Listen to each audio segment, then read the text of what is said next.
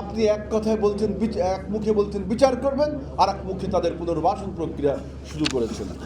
সংস্কার যে দৃশ্যমান কিছু হচ্ছে না, যারা বলছেন সংস্কার চাই সংস্কার চাই, সংস্কার যে দৃশ্যমান কিছু হচ্ছে না, তার জন্য তো কোনো উচ্চস্বরে কথা বলছেন না।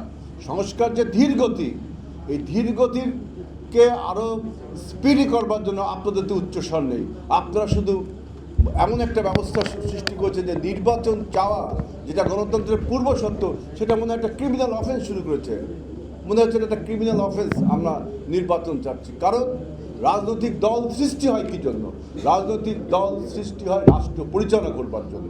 আর রাষ্ট্র পরিচালনা করার একমাত্র উপায় হলো আপনার ক্ষমতা গ্রহণ করা। আর এই ক্ষমতাকে অ্যাচিভ করতে হলে আপনাকে নির্বাচিত হতে হবে। পেছনের দরজা দিয়ে ওই ফ্যাসিবাদী কায়দায় নির্বাচিত হওয়া যাবে না। এই জন্য বিএনপি বারবার বলছে যে টু এস্টাবলিশ দ্য ডেমোক্রেসি, আপনাকে you have to hold a free and fair election. এই ফ্রি অ্যান্ড ফেয়ার ইলেকশনের জন্য আমরা সংস্কারের কথা সবচেয়ে বেশিবার বলছি।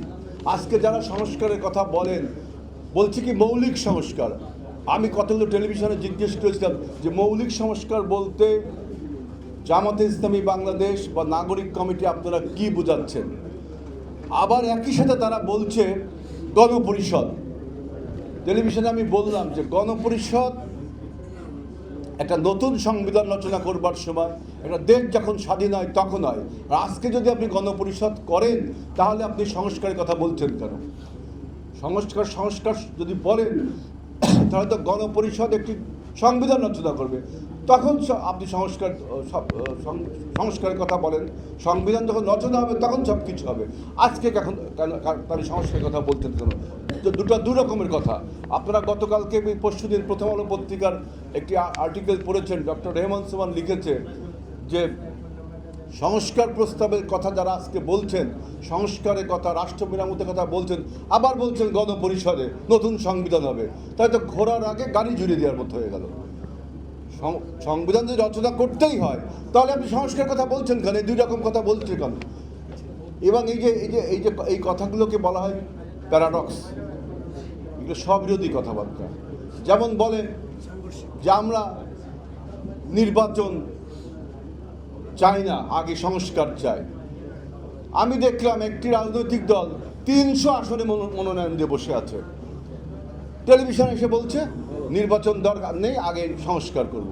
আবার প্রান্তিক পর্যায়ে 300 আসনে নমিনেশন দিয়ে বসে আছে। আরেকটি দলের দেখলাম নতুন যে রাজনৈতিক শক্তি হয়ে উঠেছে, এখনও রাজনৈতিক দল হয়ে ওঠেনি, তারা দেখলাম যে গত ঈদে কী সমবিবহারে নির্বাচনের প্রচারে নেমে গেল, তাই না? কীভাবে নির্বাচনের প্রচারে নেমে গেল, অথচ টেলিভিশনে এসে বলছে আমরা সংস্কার চাই, আগে সংস্কার পরে নির্বাচন। কত স্ববিরোধী কথাবার্তা শুরু করেছে। আবার বলছে এই ফ্যাসিস্টের বিচারের কথা বিএনপি সবার আগে বলছে, এবং বিএনপি মিন করে যে এই ফ্যাসিস্টের বিচার হওয়া উচিত, এই বিচার হওয়া উচিত, এবং বিচার প্রক্রিয়া শুরু হয়েছে। যে আওয়ামী লীগের শুধু রাজনৈতিক দল হিসাবে বিচার হতে হবে না, তার প্রত্যেকটা ইন্ডিভিজুয়ালসের যে সমস্ত অফেন্সগুলো করেছে, জেনোসাইড করেছে, মানি লন্ডারিং করেছে, করাপশন করেছে, সব কিছুর বিচার করতে হবে। আপনি এক কথায় বলছেন, এক মুখে বলছেন বিচার করবেন, আর এক মুখে তাদের পুনর্বাসন প্রক্রিয়া শুরু করেছেন।